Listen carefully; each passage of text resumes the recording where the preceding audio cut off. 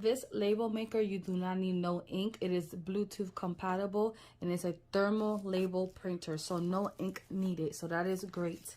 And I have my t-shirts, paint supplies, epoxy items, and a whole bunch of stuff in all these bins. So we're gonna start labeling all these bins and we're gonna see how this turns out.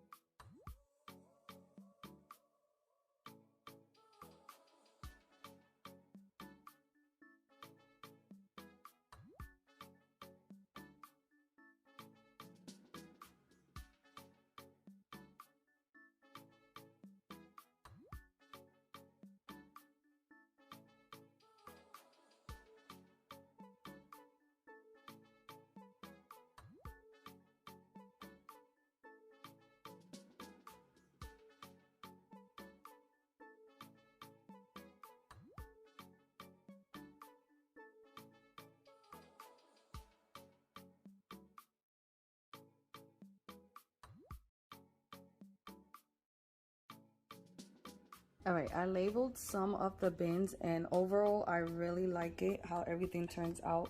Again, you can use this for anything that you would like to label around your house, especially them cords if you have a lot of cords around.